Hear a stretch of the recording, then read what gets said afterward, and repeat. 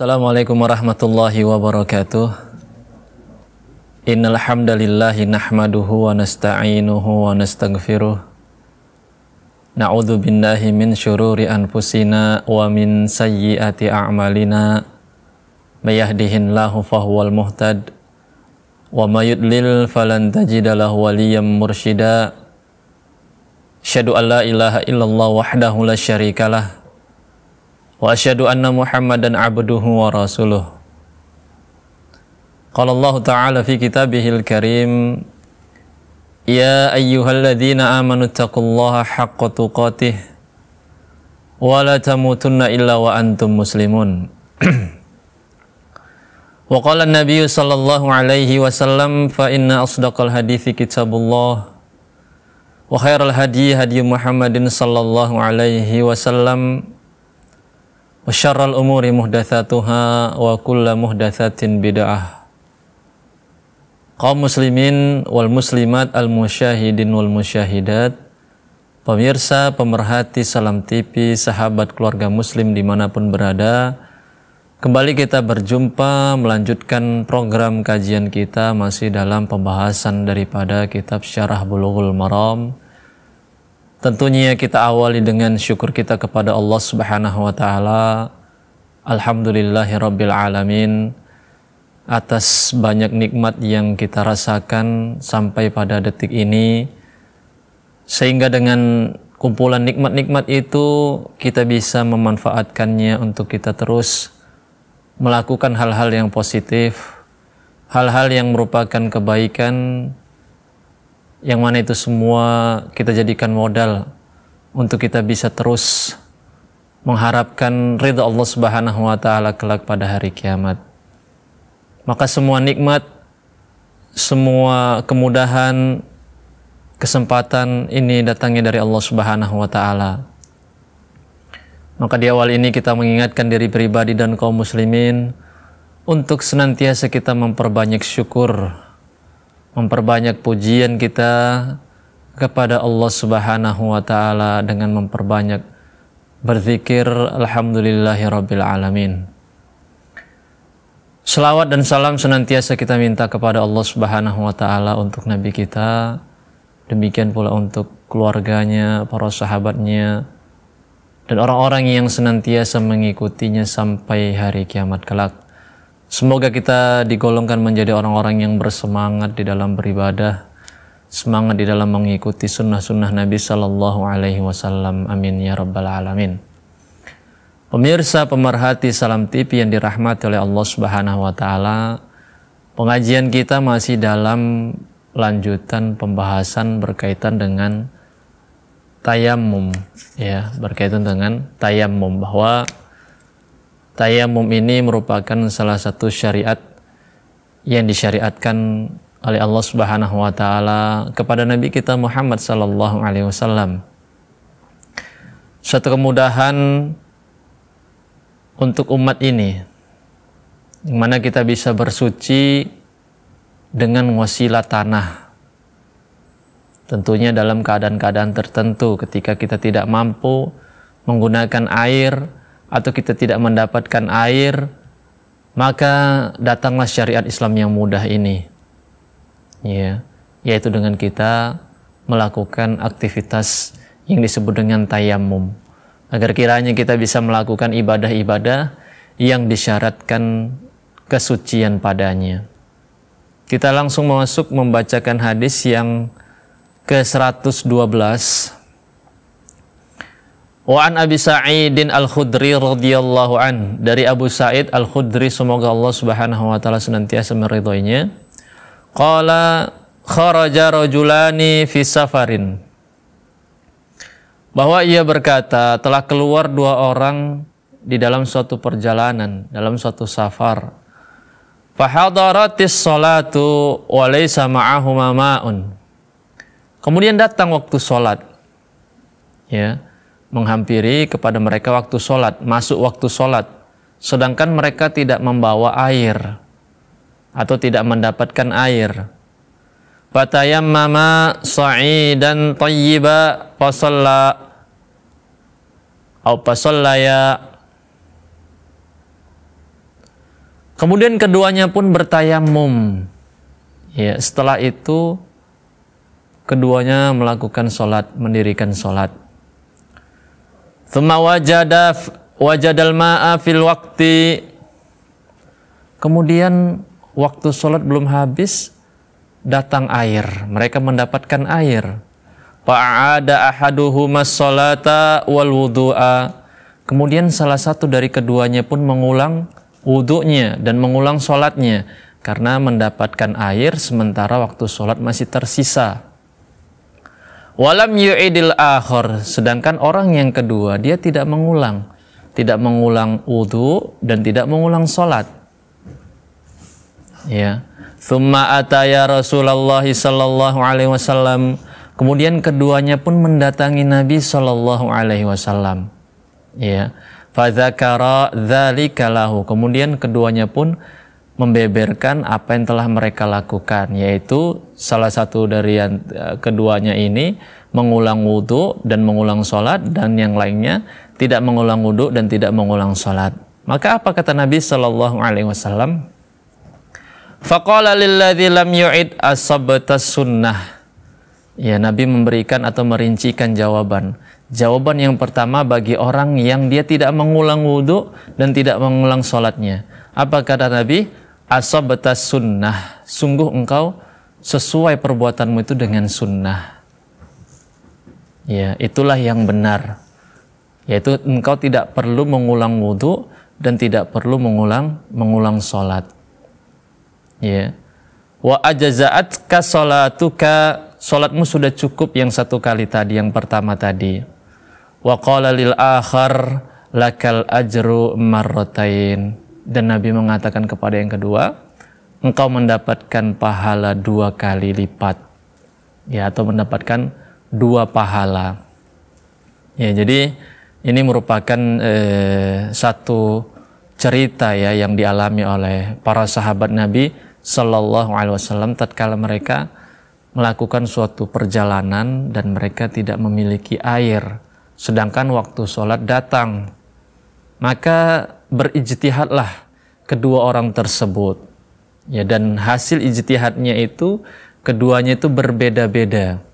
Di sini secara umum Nabi Shallallahu Alaihi Wasallam tidak menyalahkan keduanya karena memang dalam keadaan berijtihad. Ya, orang yang berijtihad kemudian jawabannya benar tentu mendapatkan 2 pahala. Sedangkan yang jawabannya salah juga tidak tercela, akan tetapi hanya mendapatkan 1 pahala. Kaum muslimin, pemirsa, pemerhati Salam TV yang dirahmati oleh Allah, hadis ini memang silang pendapat para ulama terkait statusnya ya. Ada yang mengatakan dia itu hadis yang mursal ya, dan itu yang sahih bahwa hadis ini hadis yang mursal, akan tetapi ada faedah-faedah, pelajaran-pelajaran yang bisa kita petik sebagaimana yang dituliskan oleh penulis. Yang pertama, masyru'iyatut tayammumi wa istiqraru amrihi ladal muslimina fi ahdin Nabi sallallahu alaihi wasallam.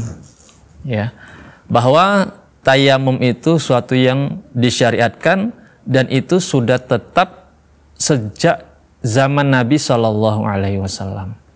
Ya, jadi tayamum ini bukan suatu yang baru ya, sudah ada sejak zaman Nabi dan Nabi menyaksikannya dan melakukannya. Ya, jadi ini suatu yang disyariatkan, tentu di dalam keadaan-keadaan tertentu.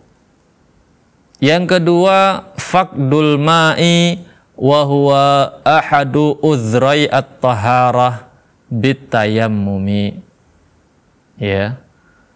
Tidak adanya air ini merupakan salah satu uzur yang membolehkan untuk bertayamum. Ya, ketika air tidak ada, maka itu salah satu uzur, dan itu seringnya ya terjadi tatkala seseorang melakukan safar. Ya, tatkala seseorang melakukan safar, maka sangat sering dia akan ya kehabisan air atau justru tidak membawa air. Ya, Jadi bukan saparnya itu sendiri yang membolehkan tayamum, bukan. Akan tetapi pada saat safar itu sangat memungkinkan seseorang itu tidak mendapatkan air. Maka pada waktu itu dia tentu tidak ya repot-repot sekali mencari air. Artinya ya kalau ada ya sebaiknya dan seharusnya itu berwudu dengan air. Tapi kalau tidak ada, ya dia sekedar mencari begitu saja. Kalau dia tidak dapatkan maka dia langsung bertayamum. Ya.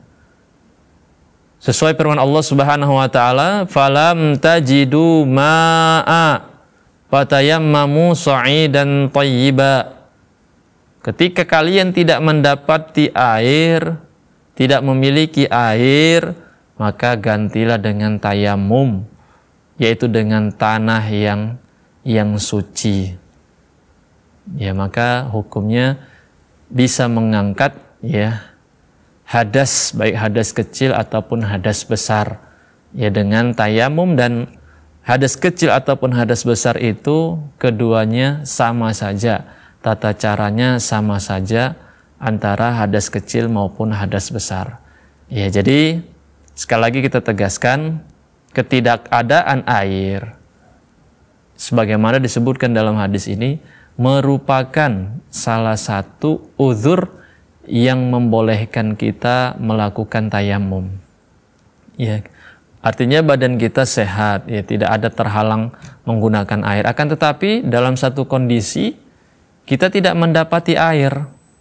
Ya, mungkin dalam waktu musim kering ya, tidak ada air, listrik mati dan seterusnya. Maka pada waktu itu datanglah kemudahan dari Allah Subhanahu wa taala. Kita boleh melakukan yang namanya tayamum untuk kita bisa melakukan ibadah-ibadah yang disyariatkannya bersuci. Ya, yang disyariatkan bersuci. Yang berikutnya, jawaz at-tayammumi ala ma tasa'ada ala wajhil ardi min ayyi turbatin kanat. Bolehnya bertayamum di atas permukaan tanah dari tanah jenis apapun. Ya, jadi umumnya dari tanah jenis apapun, warna apapun itu diperbolehkan. Walaupun ada khilaf ya di antara para ulama, ada yang mengatakan harus ada debunya, sementara yang lain tidak harus seperti itu. Tapi yang rajih secara umum di atas permukaan tanah apapun maka itu diperbolehkan. Insya Allah akan kita sambung setelah jeda berikut ini.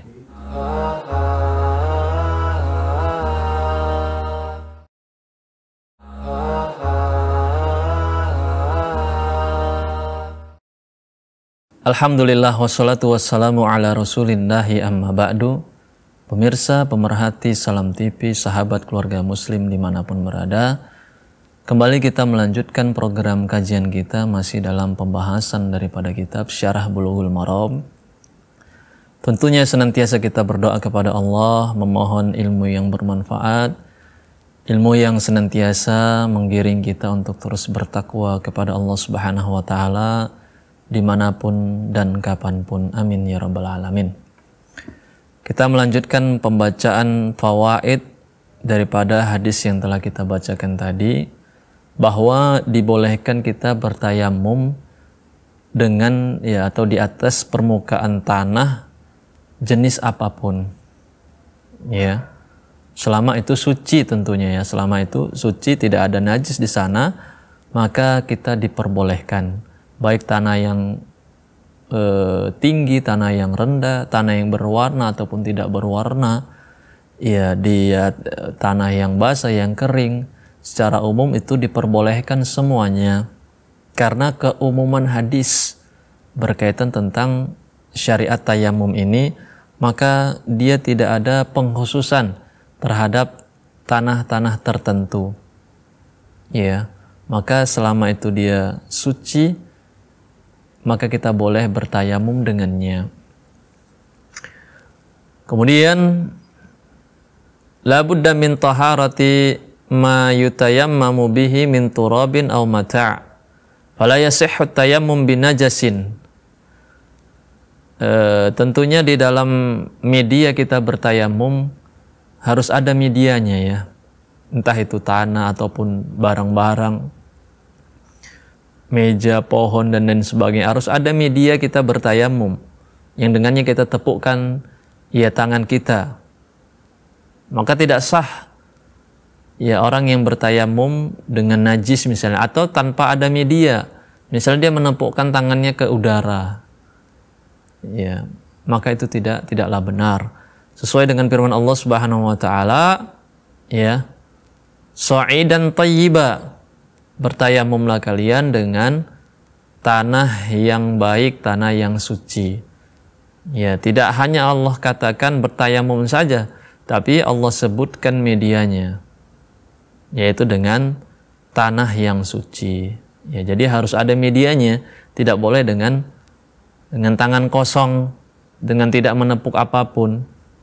Selama kita hidup di muka bumi ini tentu kita berpijak di atas tanah. Boleh jadi kita susah mendapatkan air, tapi kalau mendapatkan tanah, rasa-rasanya tidaklah mungkin tidak dapat. Dimanapun kita berpijak, pasti di sana ada tanah. Yang berikutnya, anna man shalla bitayammumi adiman lil ma'i thumma wajadahu ba'da sholati lam yu'idha. Barang siapa yang sholat dengan tayamum karena tidak mendapatkan air, kemudian dia mendapatkannya setelah selesai sholat. Udah selesai sholat, datang kabar ada air. Maka pada waktu itu dia tidak mengulang sholatnya.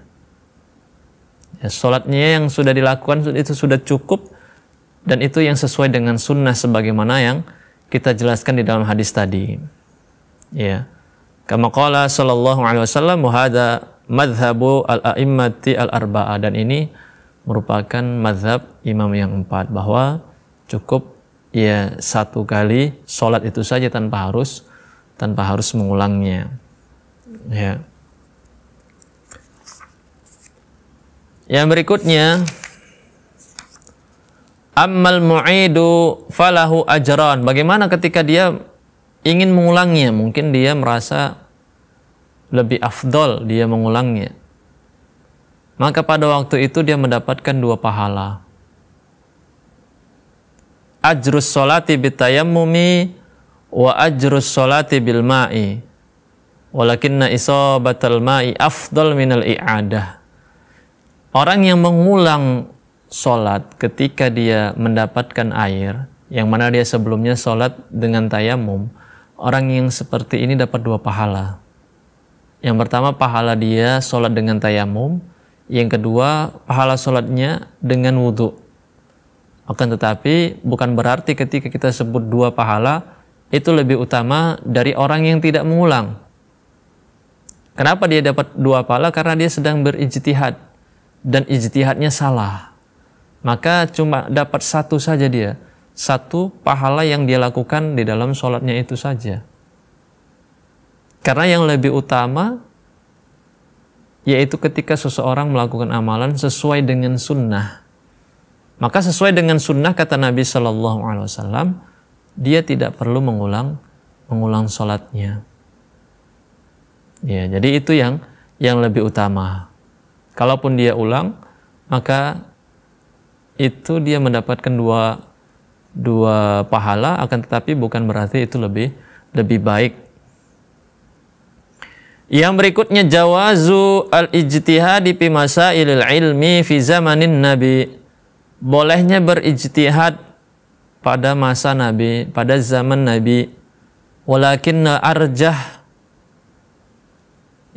arjahul aqwal annal ijtihad la yakunu fi zamanihi illa fi hali ghaibatihi wa bu'dihi an makanil mustafti. Akan tetapi yang rajih terkait masalah ini bahwa ijtihad itu dirincikan.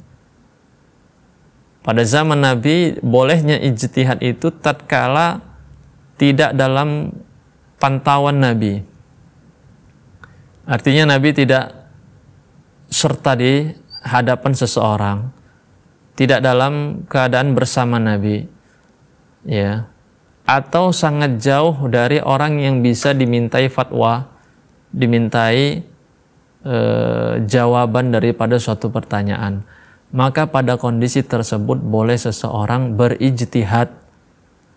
Artinya dia menyimpulkan satu hukum ya terhadap kasus yang dia dapatkan berdasarkan ilmu yang dia ketahui. Itu namanya ijtihad. Maka itu rinciannya boleh tatkala tidak dalam kebersamaan dengan Nabi atau berada dalam jarak yang jauh dari orang-orang yang bisa dimintai fatwa. Ya. Artinya ketika Nabi ada, itu tidak boleh seseorang berijtihad, akan tetapi dia langsung bisa bertanya kepada Nabi Shallallahu Alaihi Wasallam. Yang berikutnya, ikhtalafal ulama'u fi jawaz at-tayammum bi jami'i ma tasa'ada ala wajhil ard. Silang pendapat di antara para ulama terkait bolehnya bertayamum di atas permukaan bumi dari jenis apapun. Ya. Apakah semuanya itu diperbolehkan atau hanya pada tempat-tempat tertentu, hanya pada tanah-tanah tertentu? Ya, misalnya tanah yang mengandung debu saja misalnya, itu saja yang diperbolehkan tayamum. Ya, adapun selain itu maka tidak boleh. Maka berkaitan tentang ini silang pendapat di antara para ulama kita akan sebutkan secara umumnya. Fadhahaba al-imamani asy-Syafi'i wa Ahmad ila annahu la yasihhu tayammum illa biturabin lahu ghubar. Dua imam besar, Imam Ahmad dan Imam Syafi'i, mengatakan bahwa tidak sah tayamum seseorang kecuali dengan tanah yang ada padanya debu. Ya.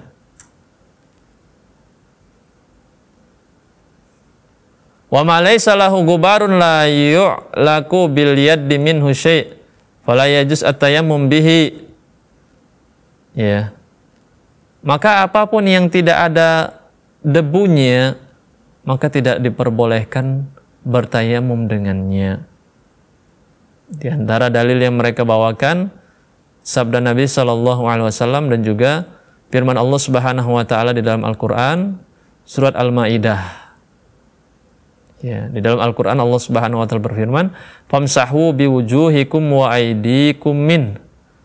Maka sapuhlah wajah-wajah kalian dan juga tangan-tangan kalian dengan tanah itu tadi yang mengandung debu. Di dalam hadis, wa ju'ilat lanal ardu masjida wa ju'ilat turbatuha lana tahura.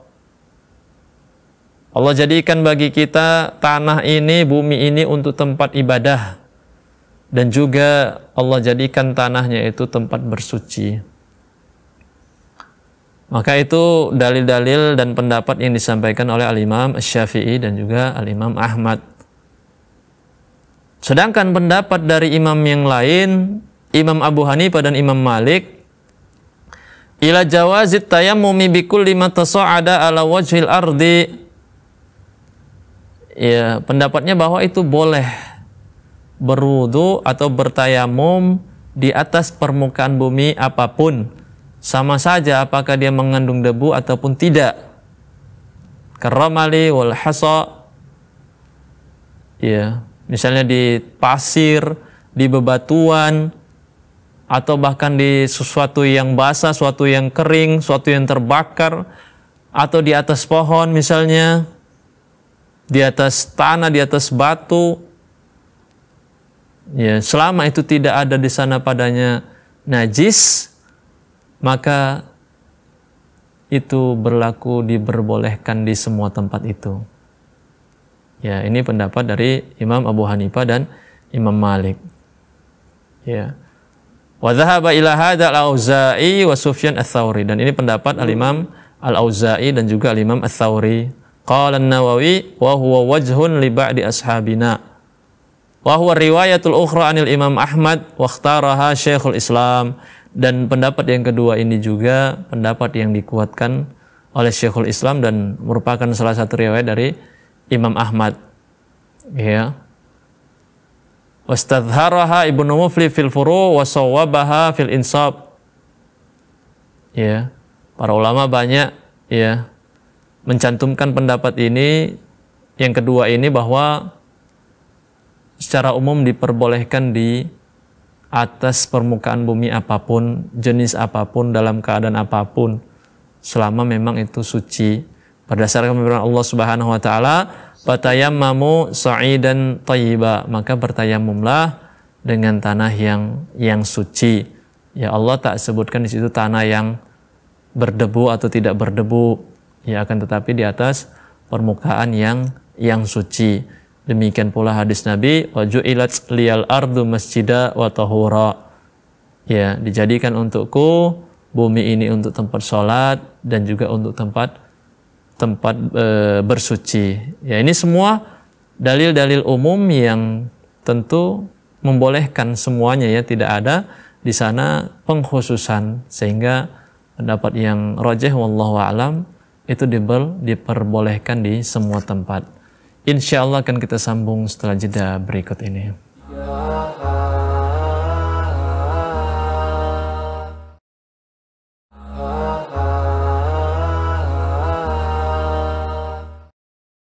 Alhamdulillah wassalatu wassalamu ala rasulillahi amma ba'du. Pemirsa, pemerhati Salam TV, sahabat keluarga muslim dimanapun berada, kembali kita melanjutkan program kajian kita masih dalam pembahasan daripada kitab Syarah Bulughul Maram. Tentunya kita senantiasa berdoa kepada Allah, memohon ilmu yang bermanfaat, ilmu yang senantiasa mengajak kita terus bertakwa kepada Allah, menjalankan semua perintah-perintahnya, dan meninggalkan semua yang dilarangnya. Amin ya rabbal alamin. Kita masuk kepada hadis ke-113 berkaitan tentang salah satu uzur bisa kita melakukan tayammum, ya. Yang pertama tadi di hadis ke-112, uzur yang pertama itu ketika kita tidak mendapatkan air. Kita dalam suatu tempat yang tidak mendapatkan air sama sekali, maka itu uzur yang membolehkan kita untuk bertayamum. Uzur yang kedua, sebagaimana disebutkan di dalam hadis ini nanti, berkaitan tentang keadaan seseorang yang tidak bisa menggunakan air.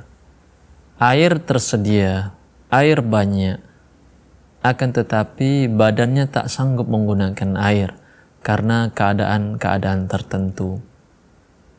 Hadisnya an Ibnu Abbasin radhiyallahu anhuma fi qaulihi azza wa jalla wa in kuntum marda aw ala safar. Dari Ibnu Abbas, semoga Allah Subhanahu wa taala meridai keduanya, terkait tafsir firman Allah Subhanahu wa taala di dalam surah Al-Maidah ayat ke-6, wa in kuntum marda aw ala safar, tatkala kalian sakit atau dalam keadaan safar. Ditafsirkan qol idza kanat birrajuli aljirahatu fi sabilillahi wal quruh fayujnibu fayakhafu ayyamut in iktasala tayammam, yaitu tatkala seseorang memiliki luka tatkala dia berperang, ya, tersambar pedang misalnya atau terkena tombak, tentu itu memiliki luka yang secara umum dia harus, ya, dibersihkan, dirawat, ya, dibungkus supaya dia tidak terkena air sehingga dalam keadaan kering dan seterusnya, ya, atau dalam keadaan sakit seperti misalnya sakit kulit, bisul dan lain sebagainya.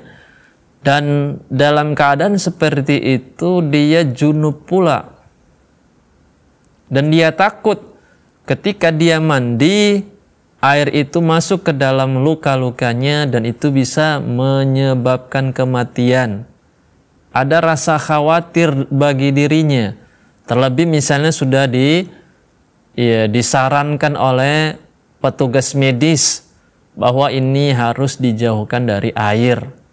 Maka pada waktu itu seseorang bertayamum, ya.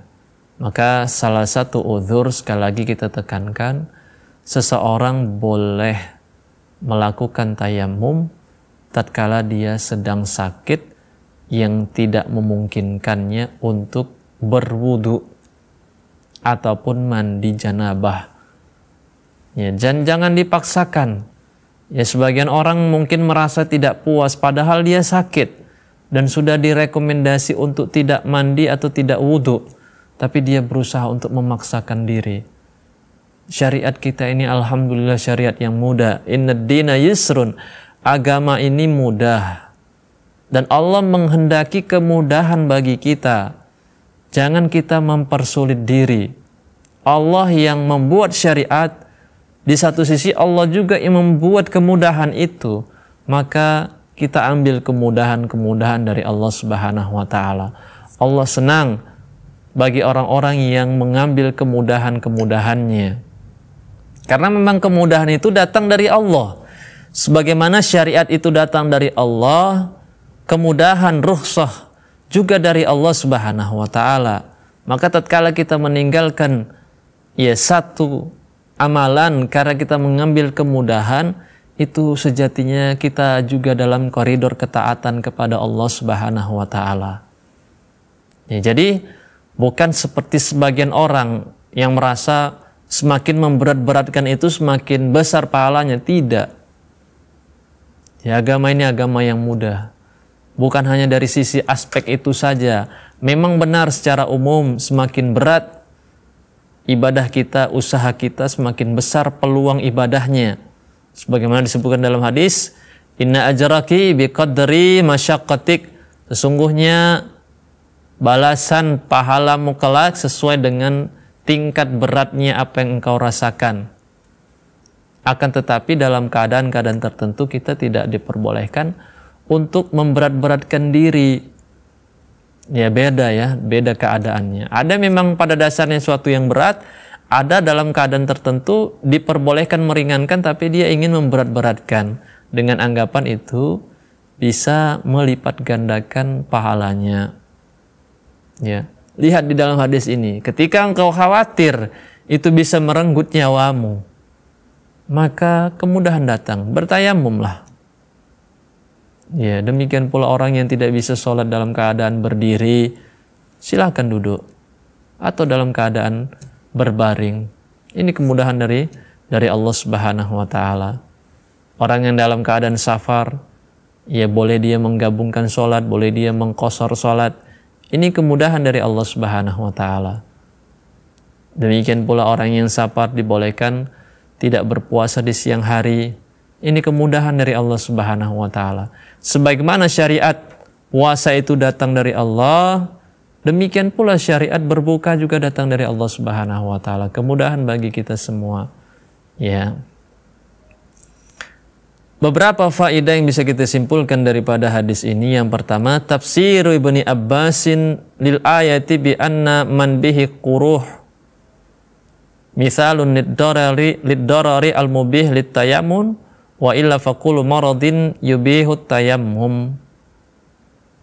Tafsir daripada Ibnu Abbas berkaitan dengan ayat di dalam surah Al-Maidah ini, bahwa di antara orang yang sakit itu ada orang-orang yang memiliki penyakit kulit seperti bisulka atau luka-luka, dan itu memiliki bahaya, ya, mengandung tingkat bahaya yang bisa menyebabkan darurat, kematian dan lain sebagainya. Walaupun pada dasarnya semua sakit yang tidak disebutkan juga diperbolehkan juga bertayamum. Ya, walaupun mungkin tidak sampai derajat kematian. Ya, nggak semua direkomendasi ketika dia terkena air langsung mati. Ada yang mungkin tidak sampai derajat kematian, akan tetapi mungkin penyakitnya lama sembuhnya dan seterusnya. Pada dasarnya levelnya sampai pun itu sudah diperbolehkan juga untuk seseorang bertayamum. Qala al-ulama man khafa bi isti'malil ma'i darara badanihi min maradin yukhsha ziyadatuhu aw but'a bur'ihi aw baqa'a atharihi wa nahwu dzalika fa innahu ya'dilu an isti'malil ma'i fil wudu' awil ghusl ila tayammum hatta yabra. Barang siapa yang khawatir dengan dia menggunakan air itu menimbulkan bahaya, misalnya bertambah sakitnya bertambah atau sembuhnya semakin lama atau penyakitnya gitu-gitu saja tidak ada perubahan, maka dia mengganti ya aktivitas wudunya, aktivitas bersucinya dengan air dengan aktivitas tayamum. Sampai kapan? Sampai dia sembuh. Ini sekali lagi menunjukkan kemudahan syariat Islam. Tidak ada yang susah di dalam agama Islam. Mungkin orang berpikir di luar sana bagaimana orang yang sakit tidak bisa wudhu. Alhamdulillah semua sudah ada jalan keluarnya. Tidak ada suatu yang memberatkan, yang sampai memecahkan kepala, tidak ada di dalam agama Islam. Semua itu ada solusinya. Ya, semua itu ada jalan keluarnya. Semua itu ada kemudahan selama kita terus belajar, terus menggali ilmu, terus bertanya, maka ilmu-ilmu pun akan terungkap semuanya. Kemudahan-kemudahan akan kita ketahui. Ya. Ammal udhuru bi'adamil ma'i faqad taqaddama fi ahadithi Jabir wa Ammar wa Abi Hurairah wa Abi Sa'id. Ya, jadi ini hadis sekali lagi menekankan salah satu uzur dibolehkannya kita bertayamum yaitu tatkala kita tidak bisa menggunakan air. Adapun uzur yang lainnya yaitu tatkala kita tidak mendapatkan air, itu sudah dijelaskan di hadis-hadis yang sebelum ini. Ana safar ghaliban yakunu ma'ahul uzur ila tayammum, bahwa safar secara umum itu salah satu ya yang menyebabkan seseorang mendapatkan uzur, ya susah mendapatkan air sehingga dia diperbolehkan untuk bertayamum.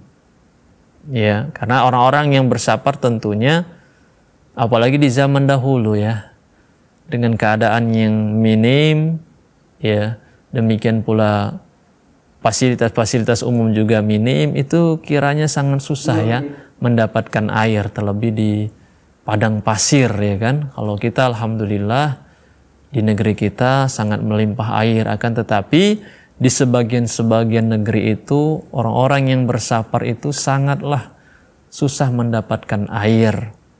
Ya, sehingga sangat rentan mereka kehabisan air, sehingga datanglah syariat tayamum ini. Jadi bukan safarnya itu secara zat yang membolehkan untuk bertayamum, akan tetapi dalam keadaan safar itu mayoritasnya seseorang tidak memiliki perbekalan air, maka pada waktu itu ya dia diperbolehkan untuk melakukan tayamum. Ya. Kemudian alladzi yakunu biqadri syurbihim wa islahi ta'amihim, ya, karena orang yang safar itu ya hanya sekedar membawa untuk minum, untuk makan, ya tidak yang lain, maka pada waktu itu memang sangat rentan dia kehabisan air sehingga dia diperbolehkan untuk bertayamum. Ya, sekali lagi bukan safarnya itu sendiri yang diperbolehkan untuk dia bertayamum. Artinya orang yang safar ketika dia dapat air ya dia harus berwudu. Ya, bukan otomatis dia langsung bertayamum, tidak. Akan tetapi dalam keadaan-keadaan tertentu dia tidak mendapatkan air, maka dia tidak bersusah payah ya. Beda dengan orang yang mukim, dia berusaha mencari. Ini orang yang safar, orang yang sudah dalam keadaan susah. Ya, maka dia tidak dibebankan untuk mencari kesana kemari dengan repot mencari air. Kiranya demikian pembahasan kita pada kesempatan kali ini. Semoga yang kita sampaikan ini memberikan pelajaran, memberikan referensi bagi kita semua untuk kita bisa terus ya beramal, bisa terus ya mencocoki amalan kita dengan apa yang datang dari Nabi kita Muhammad sallallahu alaihi wasallam. Kiranya demikian yang bisa kita sampaikan, semoga bermanfaat. Wa akhiru da'wana alhamdulillahi rabbil alamin. Assalamualaikum warahmatullahi wabarakatuh.